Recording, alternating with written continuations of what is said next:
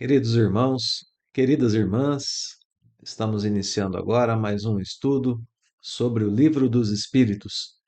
Sejam bem-vindos. Esse é o nosso estudo de número 73 e continuamos a estudar a segunda parte do Livro dos Espíritos, ainda em seu oitavo capítulo, que nos leva pelos caminhos do conhecimento sobre a emancipação da alma. Estudaremos hoje as questões que vão de 439 até 446. Essas questões do Livro dos Espíritos compõem o item êxtase, que, como nós dissemos, é, continuam a, a explorar, a apresentar esse estudo sobre a questão da emancipação da alma. Esses momentos em que nós estamos encarnados e que o espírito, a alma, se liberta parcialmente do corpo, tendo ação, tendo percepção no plano espiritual. Então, antes de nós começarmos o nosso estudo, eu convido os queridos amigos nesse instante a realizarmos a nossa prece de abertura. Vamos lá. Então vamos todos nós, agora concentrados, pedir ao amado Mestre Jesus que participe do nosso estudo de hoje, se aproximando de cada um de nós, onde quer que estejamos, abrindo nossas mentes e corações para o conteúdo de O Livro dos Espíritos, fortalecendo a nossa fé, a nossa esperança, para que possamos, através do conhecimento adquirido, agirmos na caridade. Amado Mestre, se conosco, hoje e sempre. Que assim seja. Então, meus amigos, dando continuidade ao estudo do Livro dos Espíritos, nós começamos com o seguinte pensamento, a seguinte introdução aqui para a nossa temática. Nós estudamos anteriormente itens como o sono e o sonambulismo, e pudemos perceber nesses itens que Allan Kardec oferece uma ideia que agora se transforma em uma ideia ainda mais evidente aqui no texto. A ideia de que nós estamos estudando essa situação do espírito encarnado, percebendo e agindo no plano espiritual em grau progressivo. O que é que eu quero dizer com isso, Quando estamos em estado de sono, nós temos um certo grau de desprendimento do corpo. O sonambulismo traz um grau um pouco maior, como nós vimos. E agora, o êxtase, a gente vai perceber que no estudo do êxtase, a gente está analisando, estamos conhecendo a alma ainda mais liberta do corpo, ou em grau ainda maior de liberdade em relação ao corpo físico. E a gente vai ver que esse estado pode ser um estado, inclusive, perigoso, às vezes, para o espírito, De tão liberto, ele pode querer não voltar, e esse seu desejo pode dar certo, Como a gente vai ver aqui no estudo de hoje. Então, a ideia de continuidade para o texto é essa, São o desprendimento do corpo, estudado, analisado, conhecido, cada vez em graus maiores. Pelo menos até aqui o item do êxtase, Depois a gente vai entrar pelo item dupla vista, aí a gente vai perceber uma outra característica desse desprendimento corpóreo.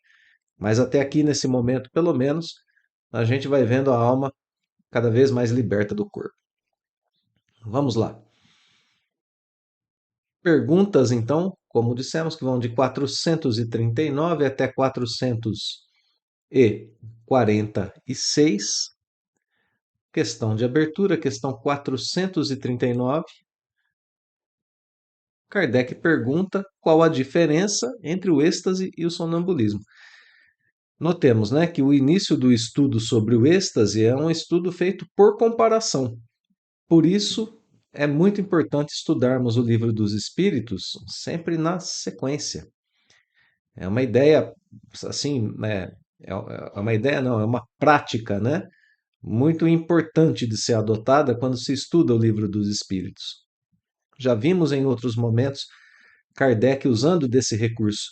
E espero que esteja ficando assim evidente em nossos estudos que para a gente poder estudar questões 439, 440 e assim por diante, nós já temos que estar dominando alguns conceitos que são apresentados no livro lá no começo.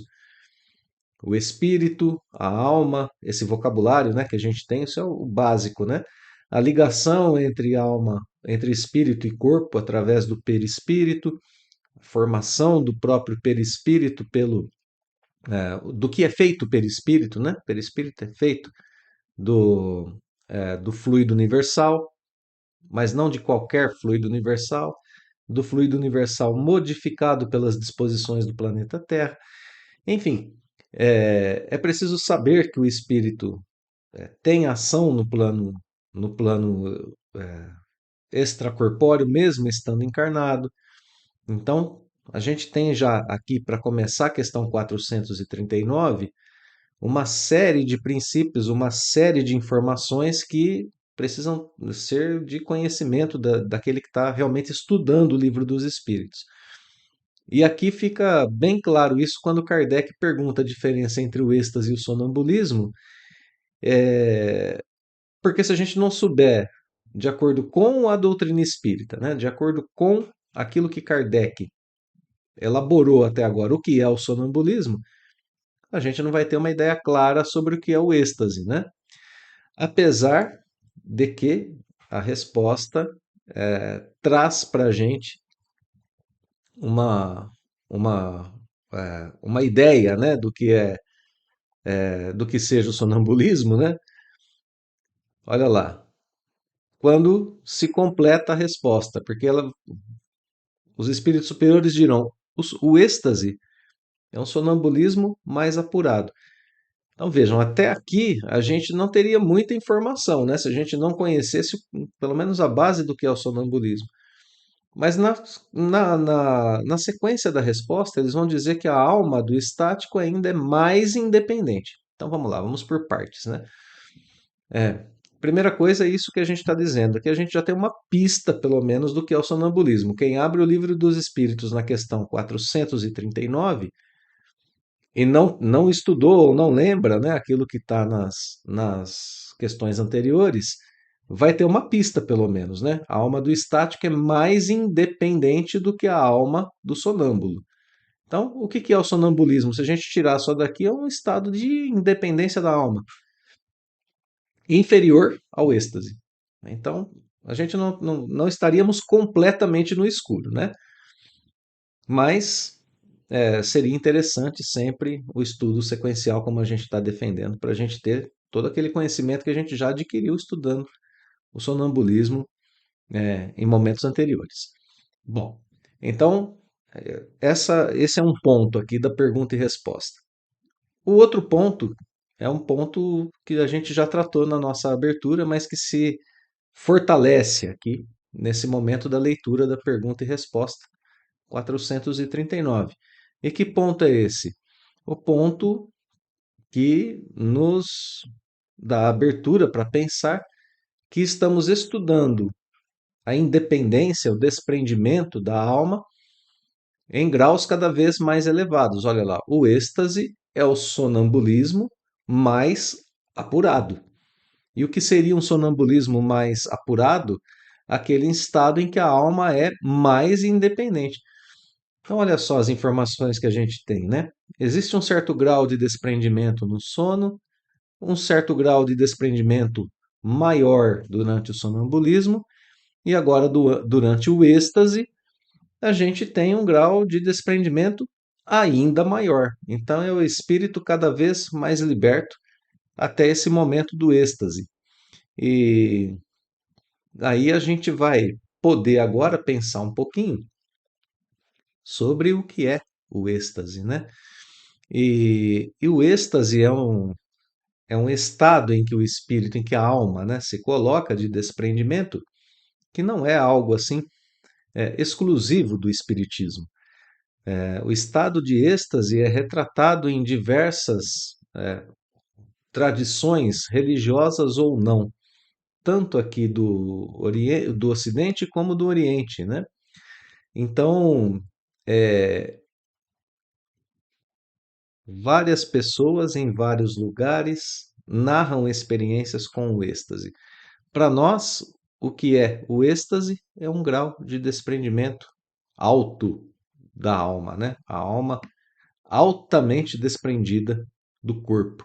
Então, qual a diferença entre êxtase e sonambulismo? O grau de independência da alma. A explicação do livro dos Espíritos é essa. Mas como dizíamos, né?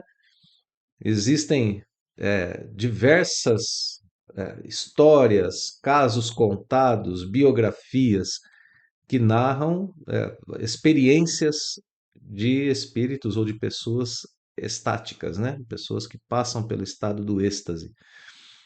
Paulo de Tarso, entre tantos outros.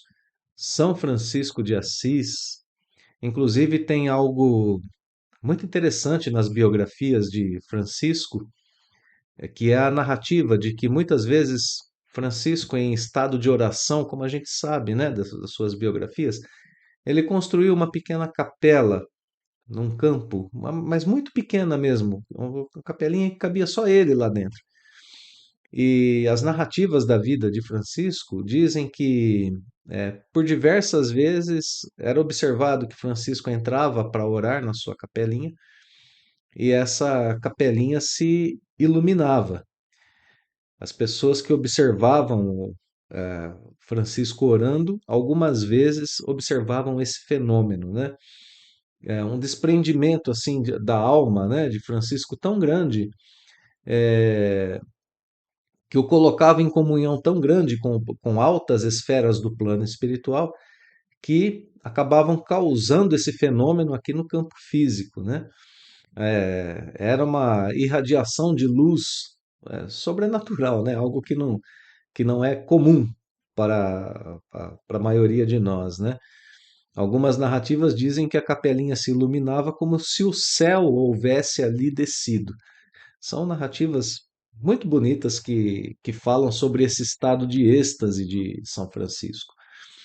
O próprio espírito Miramês, através da psicografia de João Nunes Maia, narrando, né, a vida de Francisco de Assis,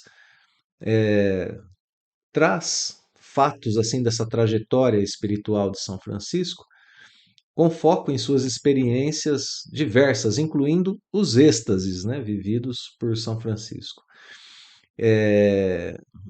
E uma dessas passagens é muito famosa também, famosa em que, em êxtase profundo, no Monte Alverne, Francisco via o Cristo em luz resplandecente, assim, à sua frente, né? E Miramês vai dizer que aquilo não era uma visão simbólica que Francisco estava tendo, mas uma presença espiritual real do Cristo ali, transmitindo a Francisco o amor do coração do Cristo, mas também os estigmas do Cristo, né? É, é muito comum a expressão Francisco estigmatizado. Quando São Francisco recebe as feridas que o Cristo recebeu em seu corpo, através desse estado de êxtase. Coisas assim que vão sendo narradas, né, através de pessoas que presenciaram, através de biografias muito interessantes para a gente de serem conhecidas. É aquele momento, né, em que Francisco estava em profunda contemplação, em estado de êxtase, recebe ali Jesus, recebe os seus estigmas. A gente tem uma pintura famosa, né, do mestre Caravaggio, que retrata esse êxtase de São Francisco, qual eu compartilho com os amigos nesse momento, né? Essa pintura retrata, né, um anjo ali de aparência suave, Francisco em estado de sono, né? Inconsciente, portanto, aqui para o mundo físico, mas retrata ali um anjo iluminado, um anjo de aspecto grande, né, forte, amparando Francisco em seu estado de êxtase, né? E a gente pode notar que o fundo da tela é um fundo escuro, trazendo ali uma ideia de que o mundo material é um mundo de sombras, né? E a ideia de que os seres que estão iluminados são aqueles que estão compartilhando de alguma forma do plano espiritual, porque o anjo, obviamente, está no plano espiritual. A luz está com o anjo e está com Francisco. O resto do ambiente todo é um ambiente escuro. É um pouquinho da representação do que o estado disso que nós estamos estudando, né? Do estado do êxtase que leva, eleva o espírito a uma condição de poder perceber melhor o plano espiritual, de estar em ambientes mais elevados no plano espiritual, em situações de contemplação interessantíssimas, né, para um espírito encarnado. Ou seja, né, em linguagem metafórica, assim como o quadro nos apresenta, esse espírito está se aproximando cada vez mais da luz, está sendo amparado por forças benévolas e superiores. É isso que significa ou simboliza, né, a presença do anjo ali, amparando o espírito que está em êxtase, amparando esse ser que está em êxtase aí, que no caso é Francisco de Assis, no quadro de Caravaggio, né? Esse quadro pode ser encontrado com com certa facilidade aí na internet, né? Para quem quiser apreciar com mais detalhes depois em casa, né? E certamente com outros detalhes técnicos muito mais profundos do que esses que eu pude compartilhar agora, né? A nossa intenção aqui é só mostrar o quadro para a gente poder simbolizar, ou para a gente poder ter uma, uma representação, né? É, através de uma imagem daquilo que pode ser o estado do êxtase. Nada melhor do que termos uma pintura de um grande mestre como Caravaggio para a gente poder fazer esse exercício. Bom, vamos lá. Então, no primeiro momento aí, questão 439, diferença entre êxtase e sonambulismo, a gente já buscou aqui na nossa memória esse fenômeno do êxtase, né, no decorrer da nossa experiência humana, através de Francisco, e agora a gente pode continuar já com esses elementos aqui bem dispostos em nossa mente, a gente pode continuar o estudo. Vamos lá. Questão 440, Kardec vai nos ajudar a aprofundar o tema agora. O espírito do estático penetra realmente nos mundos superiores? Bom, a alma está semi-liberta, né? Tem um grau aqui de liberdade muito grande. Se está liberto, tem acesso a mundos superiores, ele realmente vai até esses mundos superiores, a mundos mais avançados, a mundos mais sublimes, né? Penetra realmente ou é uma outra coisa? A resposta diz o seguinte: a resposta diz que o espírito vê esses mundos e compreende a felicidade daqueles que habitam esses mundos, de onde nasce o desejo de lá permanecer. Então vejam só que interessante, né? Esse espírito vê o mundo e compreende esse mundo e até tem o desejo de lá permanecer. Mas talvez não seja o caso exatamente de estar nesse mundo, de penetrar esse mundo. O êxtase, portanto, é um estado em que o espírito está ainda unido ao corpo, embora os laços sejam laços cada vez mais fracos, né, a partir do sono, e, portanto, ele tem uma ligação com o plano terrestre. E assim, essa ideia de penetrar o mundo, de estar realmente no mundo superior em estado de êxtase, talvez não seja a mais correta. É isso que os espíritos superiores estão respondendo aqui, né? Eles dizem que o espírito vê, compreende e tem desejo de permanecer lá, porque, convenhamos, né? Ver um mundo superior, compreender esse mundo, certamente causaria na gente o desejo de estarmos lá, né? De permanecermos lá. Ora, quem é que não quer uma vida melhor, né? Então, é isso. E não propriamente, talvez, estar nesse mundo no sentido talvez mais forte, né, dessa expressão, estar no mundo. Bom, Mas ainda eles completam, né, a resposta dizendo que existem mundos que são inacessíveis a espíritos que ainda não estão bastante purificados.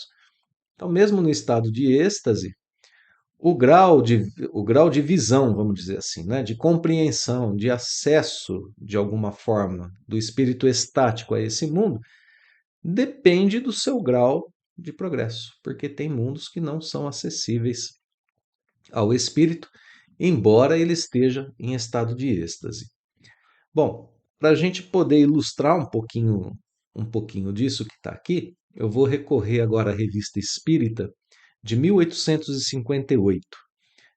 No mês de setembro, a gente tem um artigo de Allan Kardec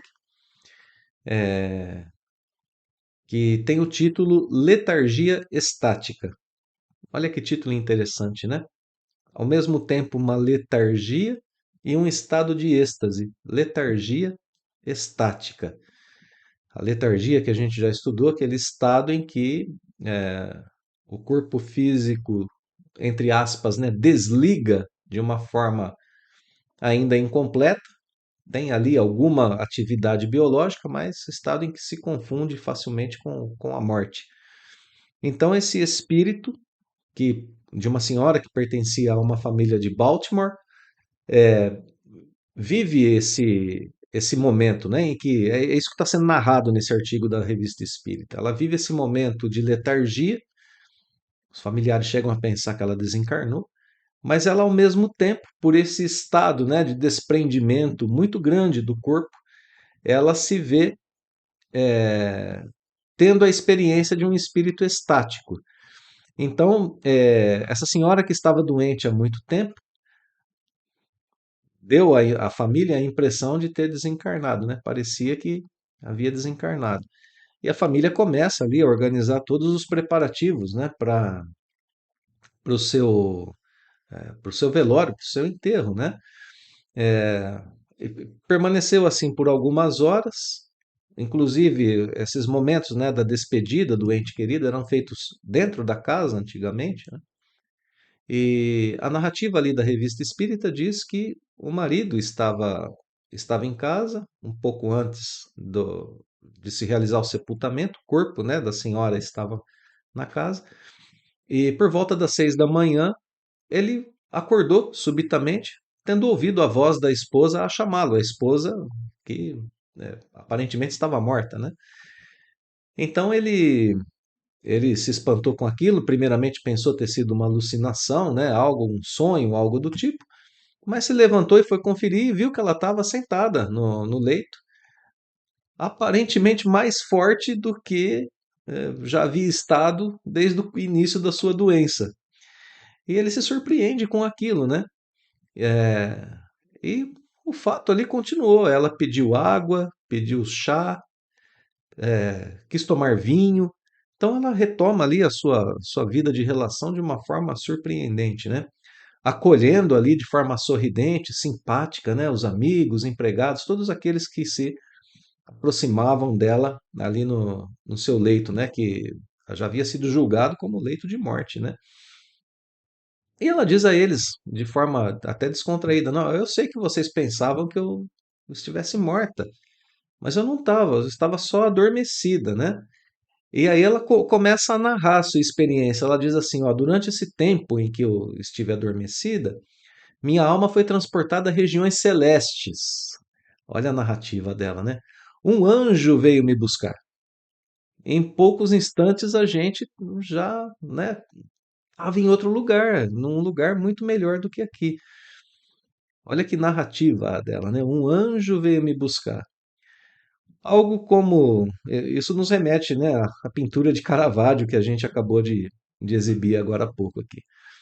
Mas ela fala sobre um anjo e na sequência ela diz que o anjo que veio buscá-la era a filha que havia desencarnado no ano anterior.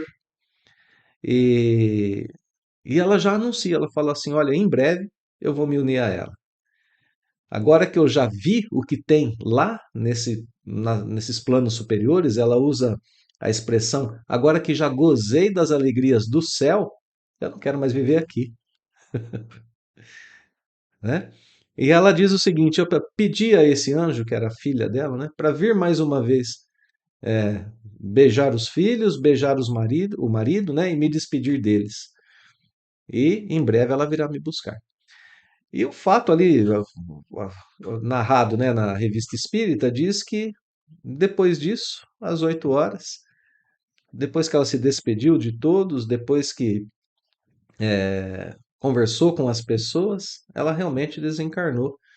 E ali teve fim essa história, né, dessa senhora de uma família de Baltimore. Bom, a história teve fim mesmo? Não, a história não teve fim, porque estamos estudando Allan Kardec, né? E no estudo de Allan Kardec, as coisas não acabam com a morte do corpo físico. E sendo assim, o espírito dessa senhora foi evocado na Sociedade Parisiense de Estudos Espíritas um tempo depois, né? O espírito foi evocado e ela concordou em se manifestar para responder a algumas perguntas dirigidas a ela, né? E aqui a gente tem um estudo muito interessante sobre o estado de êxtase e o estado do desprendimento do corpo. Então é claro que a gente recomenda a leitura do item na Revista Espírita, mas eu vou compartilhar com vocês aqui alguns pontos, né, das perguntas que Kardec fez a essa senhora e as respostas que ela trouxe. A primeira coisa ali é Kardec perguntando se ela lembrava das circunstâncias que precederam a morte dela. E ela disse que sim. E completa dizendo que aquele foi o momento mais feliz da existência terrena dela. Olha que relato, né? O momento mais feliz da existência terrena. Quando Kardec fala, né, circunstâncias que precederam a sua morte, ou seja, ó, o estado estático dela, o estado de êxtase, e depois, obviamente, aquela oportunidade de poder dizer para a família o que o que o que estava o que tinha acontecido e o que iria acontecer, né? Porque vejam, mais do que um momento de despedida, foi um momento de consolo para aquela família que soube o que iria acontecer com aquele espírito, né, daquela senhora que iria desencarnar, mas já estava sabendo de antemão que ela ia desencarnar e o que aconteceria com ela, né? Seria a filha viria buscá-la e ela iria é, contemplar regiões superiores, né? Depois da sua desencarnação. Bom, então, a partir daí, Kardec continua perguntando, né? Quando você estava naquele estado de morte aparente, você conseguia ouvir o que se passava ao seu redor? Ela diz: não, a minha alma estava muito preocupada com a felicidade próxima, com aquilo que viria depois, né? E Kardec coloca uma observação dizendo assim que os letárgicos normalmente veem e ouvem o que se passa no plano material ao seu redor, né? Mas ele aqui reforça que nesse caso dessa senhora, a letargia era acompanhada de um estado de êxtase, que ela vivia no plano espiritual. Portanto, as suas percepções estavam muito mais fortes para as coisas do lado espiritual, não para as coisas do corpo. Olha aqui, né, o estudo do êxtase, que bonito que fica com um caso. E como fica profundo, né, na narrativa de um caso dentro da revista espírita. E aí vem a pergunta inevitável, né? Kardec vai dizer ela assim: a senhora sabia que estava morta? Ela diz: sim, mas isso para mim não era penoso nem doloroso, eu estava bem com isso, né? É, e aí é, um pouquinho, né, desse sabor, né, da gente poder perceber o que o espírito, de fato, tem quando ele vai se desprendendo do corpo. E para a gente encerrar aqui essa parte da revista espírita, Kardec ainda vai perguntar a ela: a senhora pode descrever para a gente a diferença entre o sono natural e o sono letárgico? Ela vai dizer assim: o sono natural é o repouso do corpo, o letárgico é a exaltação da alma, trazendo para a gente novamente ainda essa ideia de um desprendimento gradual e de um desprendimento cada vez maior, né, entre corpo e alma. Quase na conclusão ali das suas perguntas e respostas a esse espírito, Kardec vai dizer que tudo o que aconteceu com ela, inclusive as respostas que ela deu, né, as perguntas, depois já de desencarnada, aponta para o fato de que essa senhora era um espírito já de uma certa elevação, né? De um espírito com capacidade de acessar a um plano assim superior ao plano terreno e de voltar para contar essa história para a gente, para contribuir com a codificação em dois momentos, né? No momento em que ela volta da letargia e no momento em que ela aceita conversar com Kardec para nos dar essas informações aí importantíssimas a respeito do estado de êxtase, do estado de letargia, né? Olha só, um caso muito interessante no qual a gente pode observar duas coisas acontecendo a um só tempo, a letargia e o êxtase. Bom, continuamos no nosso texto aqui do Livro dos Espíritos, questão 441. Vamos lá. Quando o estático manifesta o desejo de deixar a Terra, ele fala com sinceridade, né? Ele não vai ser impedido pelo instinto de conservação. Kardec está perguntando isso porque aqui na 440 a resposta trouxe esse fato, né? O espírito pode desejar ficar naquele ambiente que ele percebe. E agora nada mais interessante do que Kardec perguntar justamente isso. Quando ele fala que ele quer, né, ficar lá nessas regiões, ele fala com sinceridade? O instinto de conservação não o atrapalha? Boa pergunta, né? Bom, uma questão que nos ajuda aqui a trabalhar as ideias anteriores, porque agora o que a gente está analisando aqui é o desejo do espírito em contrapartida, né, ao seu instinto material, em contrapartida à influência que a matéria pode exercer sobre ele. Então, o que fala mais alto, o desejo do espírito ou a influência da matéria, quando o espírito vê, né, a- esse mundo superior? E a resposta é a seguinte: depende do grau de purificação. Perdão, amigos. Depende do grau de purificação do espírito. É, Se ele acha, né, se ele vê um mundo melhor e acha que a sua situação futura será melhor do que a vida presente, ele quer ficar lá. Agora, se ele vê um mundo superior e acha que aquele mundo superior não é compatível com aquilo que ele quer para si mesmo, com os seus interesses, como a gente já trabalhou essa ideia anteriormente, o espírito tem interesses diversos, né? Então, se os desejos, os interesses dele são interesses sublimados, interesses superiores, ele quer estar em mundos melhores. Se os seus desejos, interesses são interesses imediatistas, materialistas, se são desejos ligados aos prazeres terrenos, por exemplo, ele acha melhor ficar por aqui, né? Então, é, aqui nesse momento a gente está vendo analisando o desejo, né, do espírito estático. Bom, Kardec continua essa análise, continua aprofundando isso na questão 442, quando ele pergunta o seguinte: se ele tivesse entregue a si mesmo, poderia sua alma abandonar definitivamente o corpo? Entregue a si mesmo em que sentido, né? No sentido da sua própria escolha. Eu escolho por mim mesmo. Ninguém interfere e é, eu vou agora decidir o que será do meu do meu futuro, do meu destino.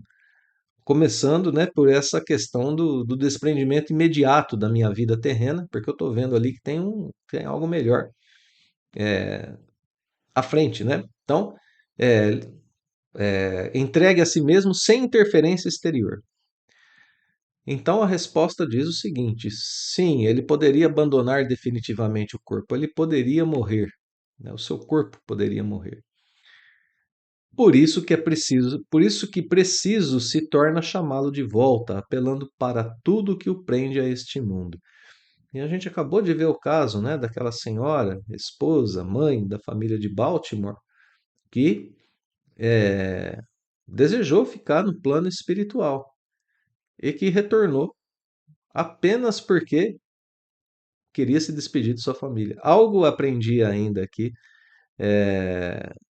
no planeta Terra, né? Ela tinha alguma coisa ainda para realizar. Então, quando a pessoa está em estado de êxtase, é interessante, né, intervir para que essa pessoa retorne, fazendo com que essa pessoa compreenda que a maneira mais certa de não ficar lá onde se vê feliz seria provocar a própria partida. O que é que está sendo dito aqui nessa resposta, né? É um pouquinho daquilo sobre o qual falávamos na abertura do nosso estudo de hoje. O estado de êxtase às vezes pode ser um pouco perigoso, porque o espírito, dependendo do seu grau de evolução, dependendo de seus interesses, de seus desejos, como a gente está vendo aqui, ele pode desejar ficar pode desejar tanto ficar do lado de lá que ele, por sua vontade, rompe os laços com o corpo físico, porque já são laços bem fraquinhos, né? No estado de êxtase, esses laços vão ficando cada vez mais fracos. Então ele rompe e vai para o lado de lá. Mas isso equivale a uma abreviação da encarnação. Algo parecido até mesmo com o suicídio, né? Toda vez que alguém abrevia a sua encarnação, essa pessoa age de modo como se fosse um suicida. Vejamos, ela contempla mundos felizes, pode desejar profundamente romper esses laços com o corpo físico, mas ela ainda está encarnada. Ela ainda tem uma tarefa a desempenhar aqui na Terra. Se ela quebrar esses laços antes do tempo correto, seria, né, comparado a um suicida. Então, é melhor que esse espírito avalie bem o que ele precisa ainda fazer na Terra, para que ele de fato alcance essas regiões por mérito, né, por missão cumprida. O êxtase é um fenômeno que pode dar ao estático e às pessoas que convivem com ele ensinamentos valiosos, que pode dar a ele um consolo muito grande, que pode dar a ele uma esperança enorme para o futuro, que pode dar a ele um vislumbre das bênçãos de Deus. Mas esse é o objetivo do êxtase, né? Para que todos nós tenhamos perto da gente esse tipo de informação, esse tipo de experiência,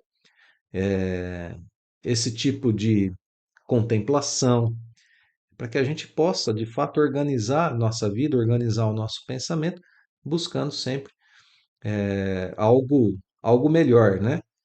Mas não para deixar a Terra assim que a gente tiver a oportunidade através desse estado de êxtase. Não. Os caminhos para que a gente alcance aquelas regiões superiores estão no Evangelho de Jesus e no nosso esforço por nos adequarmos, por adequarmos a nossa conduta ao Evangelho do Cristo, né? O manual mais poderoso e precioso que a gente tem aqui na Terra, para a gente chegar de fato àqueles mundos superiores, para a gente ter acesso a esses mundos superiores, e não apenas para vislumbrar esses mundos superiores, né?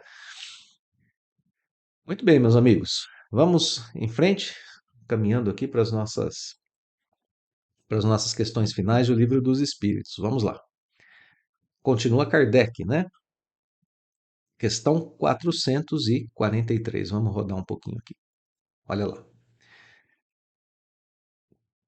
Pretendendo que lhe é dado ver coisas que evidentemente são produtos de uma imaginação, que as crenças e prejuízos terrestres, impressionaram, não será justo concluir que nem tudo que o estático vê é real?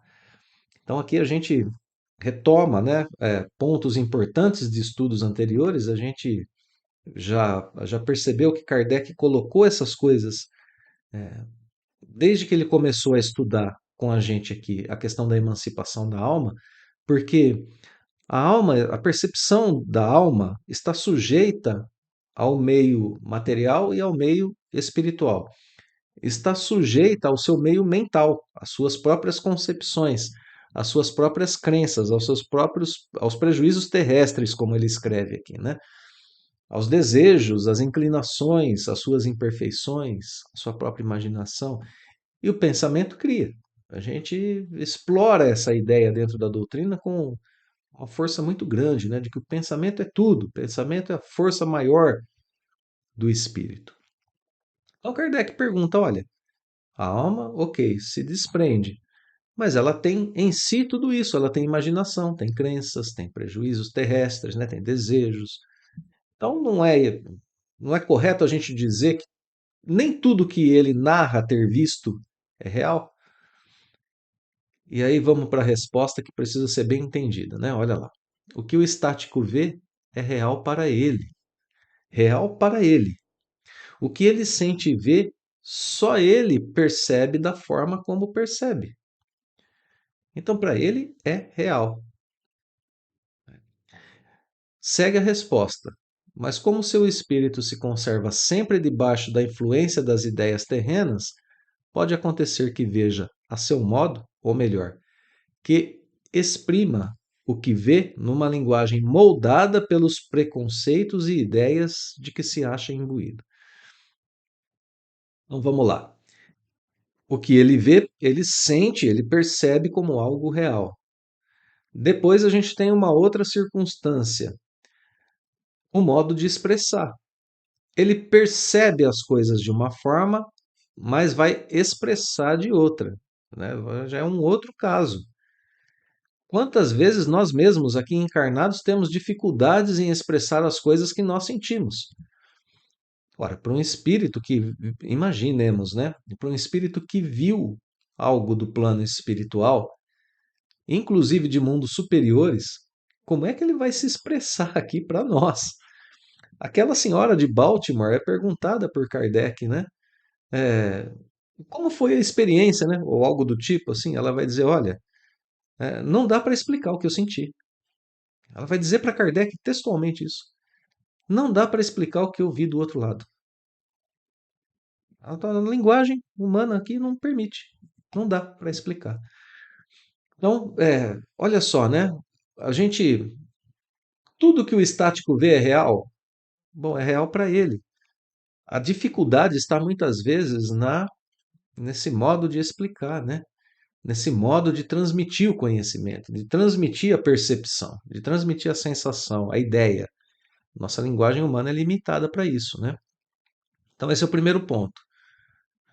Outro ponto é os nossos preconceitos e ideias. Quando os espíritos superiores dizem, né, vossos preconceitos e ideias, eles estão falando da gente, do nosso mundo, aqui de espíritos encarnados, né, num planeta de provas e expiações. Então, acontece isso, né, um problema de comunicação pela expressão da linguagem, pelos preconceitos de ideias que estão no plano material terreno, e nesse sentido é que a gente vê alguma informação não sendo bem posta, né? Nesse sentido, principalmente é que lhe sucede errar. Muito mais por problemas de comunicação e problemas do nosso estágio evolutivo, né? Preconceitos e ideias do plano terreno, do que propriamente da percepção ou sensação do espírito estático. Então, esse espírito tenta se expressar de uma forma que a gente possa entender, e aí acontecem os erros, né? Bom, vamos lá. Vamos adiante. Questão 444. Últimas três questões aqui, né, do nosso estudo de hoje. Então, que confiança a gente pode depositar nessas revelações? Porque, olha só, né? é, Agora Kardec já está falando um pouquinho aqui. Ele estudou a faculdade até agora há pouco, né? Até uma, duas questões atrás aqui, é, a gente via, acho que até questão 442 aqui, ó, a gente está estudando a faculdade, né? O que acontece com o estático, como é esse estado? A gente está estudando esse desprendimento. Agora, daqui por diante, a gente já está estudando, da 443 em diante, nós estamos estudando o produto desse fenômeno, né? Aquilo que ele pode produzir para nós aqui no plano espiritual. Então, tudo é real? Olha, é real para o espírito, mas atenção porque tem dificuldades na expressão dessas informações. Bom, se é assim, como que a gente pode confiar nas revelações dos estáticos? E aqui a palavra revelações é uma palavra com a qual a gente já tem uma certa intimidade. Nós que estamos estudando o livro dos Espíritos, e para a qual a gente deve virar, né, concentrar as nossas atenções agora. Porque o estático diz coisas a respeito do plano espiritual e dá para confiar nessas informações? Então, vamos lá. O estático também está sujeito a enganar-se muito frequentemente, sobretudo quando pretende penetrar no que deva continuar a ser mistério para o homem. Então vejamos, né? A gente tem alguns limites que são impostos aqui, é, mesmo para um espírito que está num alto grau de desprendimento do seu corpo físico. Então, a primeira coisa é a própria limitação intelectual do espírito, né? Olha só, segue a resposta. Porque então se deixa levar pela corrente de suas próprias ideias. E isso é algo que acontece conosco aqui no planeta Terra. Nós estamos acostumados a esse tipo de intercorrência com a gente aqui na Terra. Vamos lembrar um pouquinho? Lá no começo do Livro dos Espíritos, Kardec vai pedir para a gente fazer um exercício na introdução aqui ao estudo da doutrina espírita, né? Introdução aqui do Livro dos Espíritos que a gente estudou. Kardec vai pedir para a gente falar, olha, esquece os conhecimentos que você tem, por enquanto. Não compare o espiritismo com outras religiões, não compare com ideias de outras ciências, com a matemática, com a física, com a química. Não compare as suas. Não o compare com uma filosofia terrena. Não é? A gente que é espírita, que tem essa, essa ideia de que o espiritismo é uma ciência, filosofia e religião. E Kardec já abre o livro dos Espíritos dizendo: olha, não vamos usar ideias pré-concebidas. Vamos deixar a mente aberta para uma filosofia espiritualista com base né, em um método científico de análise de fenômenos e que tem ali a partir disso, tem as suas consequências que levam ao caminho de ligação com o plano espiritual, com a espiritualidade, com Deus. Portanto, aí a parte religiosa do seu modo mais puro, né? Então, Kardec está dizendo, olha, abra mão dos seus prejuízos terrenos, dos seus preconceitos terrenos. Abra mão dos seus conhecimentos para estudar, assim, de coração e mente abertas à doutrina espírita. E com o estático a mesma coisa, né? Com o estático aí, ele tem as suas próprias ideias, ele tem o seu modo de ver as coisas. E quantas vezes a gente aqui na Terra não olha para uma situação e diz o seguinte: ah, isso aí eu já conheço, isso aí é tal coisa. Já vi várias vezes, né?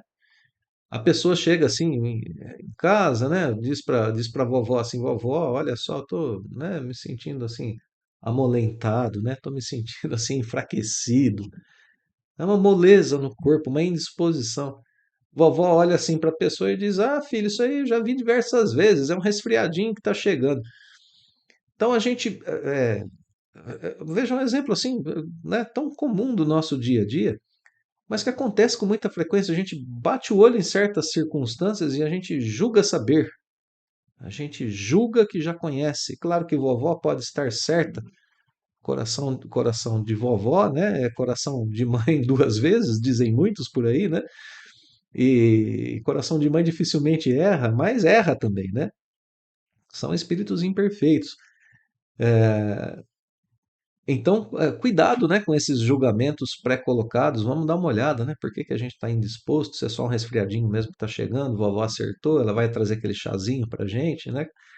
E assim vai seguir a vida.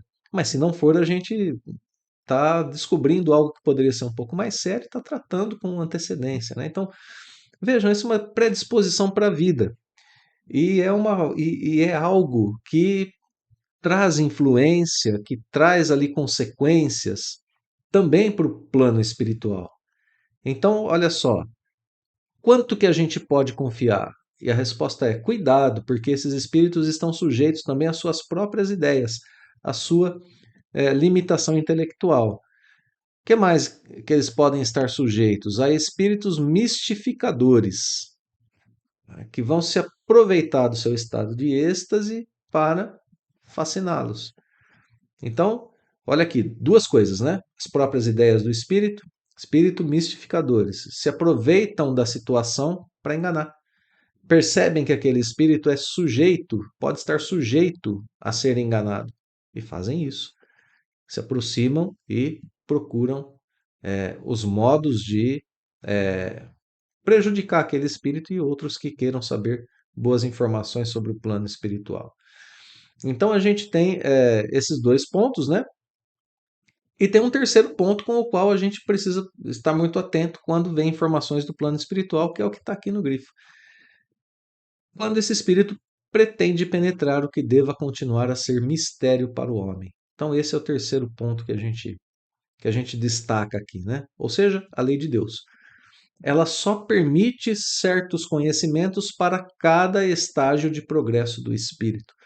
Então, para a gente aqui na Terra, a gente tem limitações para saber das nossas encarnações pregressas, das encarnações que virão. Nós temos, portanto, limitações para conhecer o passado, o futuro. Nós temos limitações na área da ciência, nós temos limitações nos nossos conhecimentos sobre o próprio plano espiritual. E quando a gente quer penetrar coisas que não são para a gente conhecer, a gente fica sujeito às próprias ideias, aos espíritos enganadores, porque a gente quer quebrar com os limites traçados pela lei divina ao nosso conhecimento. Então, muita atenção, né? Revelações assim, aquelas revelações que vêm de uma forma muito surpreendente, revelações muito fora do contexto, aquelas coisas que chocam, muito inovadoras, que contradizem tudo aquilo que. Isso é muito comum nos dias de hoje, né? Muita gente trazendo informações que pretendem reestruturar o espiritismo, que pretendem reformular o espiritismo, que pretendem, enfim, trazer aquilo que. Bom, meus amigos, muita atenção, porque como a gente vê, o estudo que Allan Kardec faz a respeito da vida espiritual e da espiritualidade é um estudo de um grau de profundidade que não é fácil de ser alcançado por espíritos encarnados aqui na Terra. Allan Kardec, professor Rivaio, esse espírito profundamente preparado para fazer esse trabalho hercúleo que foi a construção dessa filosofia espiritualista que a gente tem aqui, que não é uma coisa como a gente tem percebido nos estudos, não tem nada de banal, não tem nada de supérfluo, né? É algo que está ali presente em nossas vidas o tempo todo, que permeia a nossa existência. Portanto, é extremamente poderosa, lúcida, profundamente lógica e advinda, né, de um estudo que respeitou fontes confiáveis, que identificou boas informações e que foi realizado por alguém que tinha capacidade para realizar, né?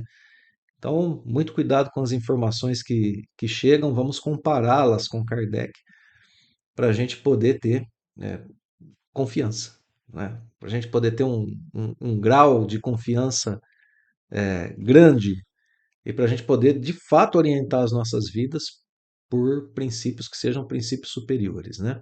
E não por qualquer informação que venha do plano espiritual. Bem, questão 445, então, que deduções a gente pode tirar dos fenômenos do sonambulismo e do êxtase? Eles são uma espécie de iniciação da vida futura?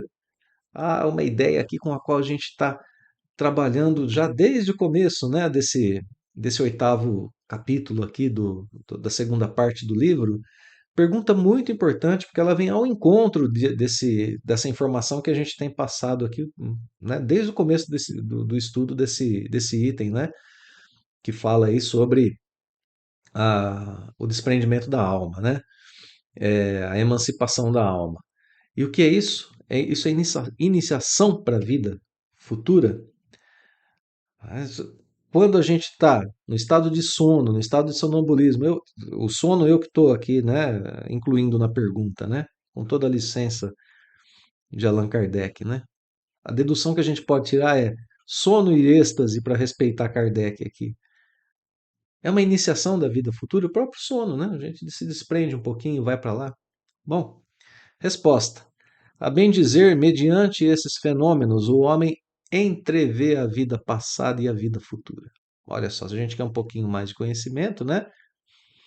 Sim, a gente entrevê através deles a vida futura. Estude-os e achará o aclaramento de mais de um mistério que a sua razão inutilmente procura devassar.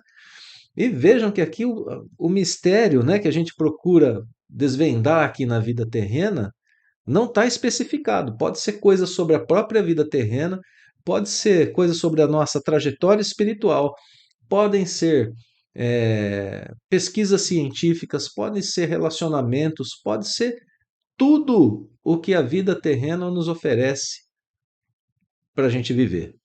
Então, se a gente estudar esses fenômenos, né, esses desdobramentos da alma, sim, nós estamos nos iniciando na vida futura, no sentido da vida espiritual, né? Estamos nos iniciando no, na vida de verdade, na vida do espírito. Então, aqui o conselho dos espíritos superiores é estudar esses fenômenos, não aceitar tudo que venha deles, o que é muito diferente, né? Estudar, assim como Kardec fez lá na Revista Espírita, com o caso daquela senhora que nós citamos aqui agora há pouco. Então, isso é estudo, isso é análise, avaliação, reflexão, né? Comparação, e assim a gente vai tirando dali as boas informações. Então, é desse modo que a gente vai confiar e que a gente vai ser iniciado na vida futura. Última pergunta, amigos. Última pergunta, 446. Olha só, os fenômenos de sonambulismo e êxtase podem se adequar às ideias materialistas? Pergunta de Kardec: dá para explicar através do materialismo? Dá para adequar mesmo, né, esses fenômenos às ideias materialistas? Aquele que os estudar, né? Aquele que estudar esses fenômenos de boa fé, sem prevenções, né? Sem as ideias preconcebidas, sem os preconceitos terrenos, né? Que eu estou marcando aqui em pergunta anterior. Aquele que os estudar de boa fé e sem prevenções não poderá ser materialista e nem ateu. Olha como é forte essa última afirmação que a gente tem nesse item, né? Quem estudar de boa fé esses fenômenos não poderá ser materialista e nem ateu. Muito bem. E a gente vai encerrar aqui o nosso estudo de hoje falando um pouquinho sobre essa questão. Porque olha só, né? A gente tem dentro da revista espírita aquilo que Kardec chama de um jornal de estudos psicológicos. A gente tem aqui no livro dos Espíritos aquilo que Kardec chama de filosofia espiritualista.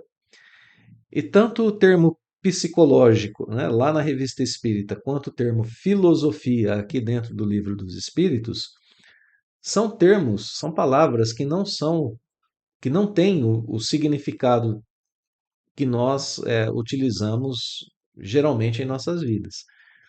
Psicologia hoje é uma coisa, né? É uma ciência que está aí à nossa disposição, mas que tem ligações fortes com o empirismo, com a parte material da nossa vida. Para Kardec, a psicologia era uma ciência de estudo da mente e do espírito, como a gente está vendo aqui, né? Tanto no livro dos Espíritos quanto na revista Espírito. Isso para simplificar bastante, né? A comparação que a gente está fazendo. A filosofia é uma filosofia espiritualista, É uma filosofia com Kardec que tem algumas diferenças, né, da, principalmente da filosofia contemporânea, né, que tem como base ali epistemológica, fundamentação da razão, fundamentação lógica e formal, né, também muito voltada ao empirismo, e assim por diante, né. É, tem como objetivo, né, a compreensão da realidade através a linguagem, a ética, a política, tudo isso está na filosofia tradicional, né, principalmente contemporânea. Para Kardec, essa base epistemológica, né, da filosofia espírita é justamente esse congregar, né, entre razão e revelações espirituais. Essa é a base epistemológica de Kardec. É isso que ele analisa, né? Essa relação entre a razão e as revelações dos espíritos, que são obtidas pelo meio dos fenômenos lá na época de Kardec por meio da mediunidade, né? E o nosso objetivo é explicar aqui, enquanto filosofia espiritualista, explicar a origem do homem, o seu destino, o propósito do espírito, é promover progresso moral e espiritual.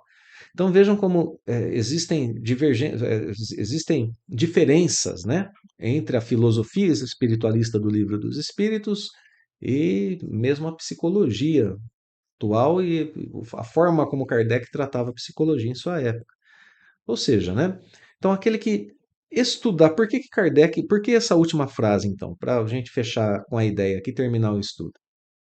Aquele que estudar de boa fé os fenômenos dos desdobramentos do espírito, né? O espírito vivendo no plano espiritual. Estudar de boa fé vai perceber que existem coisas, que existem fatos, que existem narrativas, que existem situações, circunstâncias que são próprias do plano espiritual e que contemplam certas leis divinas que fazem parte de um mundo que é o mundo dos espíritos, e não o mundo terreno, não o mundo materialista.